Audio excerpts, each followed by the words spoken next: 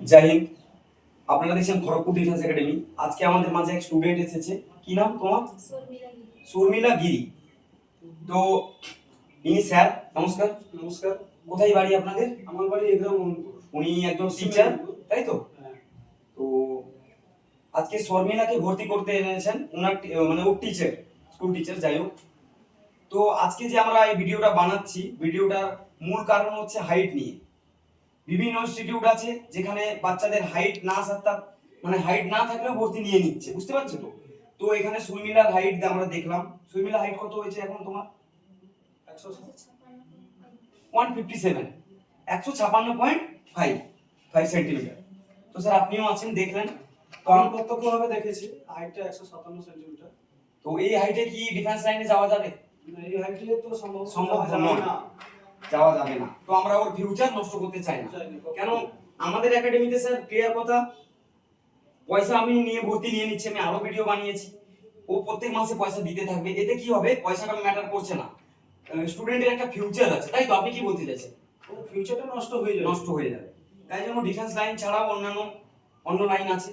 আমার মনে হয় এই খড়গপুরের এই ডিফেন্স একাডেমি একেবারে সঠিক সিদ্ধান্তের পথ দেখায় বা সঠিক পথে এগিয়ে নিয়ে যায়, যার জন্য ওই দাদার পরামর্শ আজকে আমার খুবই ভালো লেগেছে।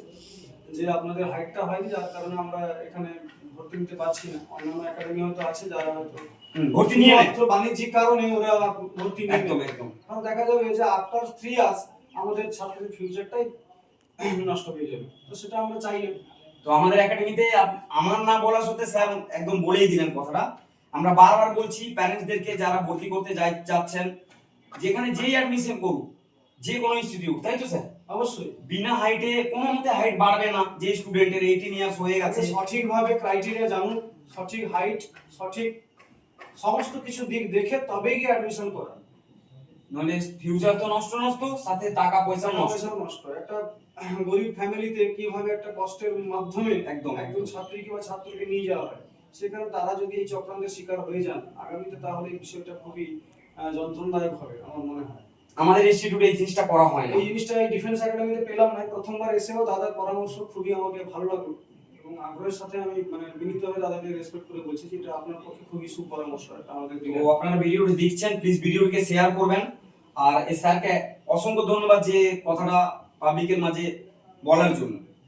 কেন অনেক চিট কারবার হচ্ছে, যেখানে হাইট হচ্ছে না, ওদের ফিউচার নষ্ট করা হচ্ছে স্টুডেন্টের। বিভিন্ন ইনস্টিটিউটে বলা হচ্ছে কি হাইট আমরা বাড়িয়ে দিব, এই মেডিসিন খেয়ে নিন, কিংবা এক্সারসাইজ করলে হাইট বেড়ে যাবে। এগুলো পুরোপুরি জেনেটিকের উপরে। এক্সারসাইজ করলে স্যার কত হাইট বাড়বে?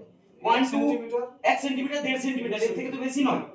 আমার এই বিষয়ে আরো একটা এখানে যেটা জানলাম, যে দাদাকে জিজ্ঞাসা করছিলাম যে দাদা আপনাদের এখানে ট্রেনিং নেওয়ার পরে যখন সে চাকরি পাবে বা জয়েন করতে পারে, জয়েন করার পরে আপনারা কি আলাদাভাবে কোনো টাকা পয়সা নিচ্ছেন? তখন দাদা হেসে ফেলল, দাদা ওটা আমরা কেন নেব? আমরা কোনোভাবেই ওই জায়গাটা নিতে পারি। যদি ছাত্রী বা ছাত্র সে খুশি হয়ে একটা মিষ্টিমুখও করায়, সেটা আমাদের কাছে অনেক বেশি প্রশংসার দাবিদার। এটা আপনারা নিশ্চয়ই জেনেছেন। আমার কাছে খুবই ভালো লাগলো যে বর্তমান দিনে, মানে বর্তমান কালোবাজারের দিনে এই ধরনের একটা মন্তব্য খুবই কিন্তু স্মরণযোগ্য বা প্রশংসার যোগ্য।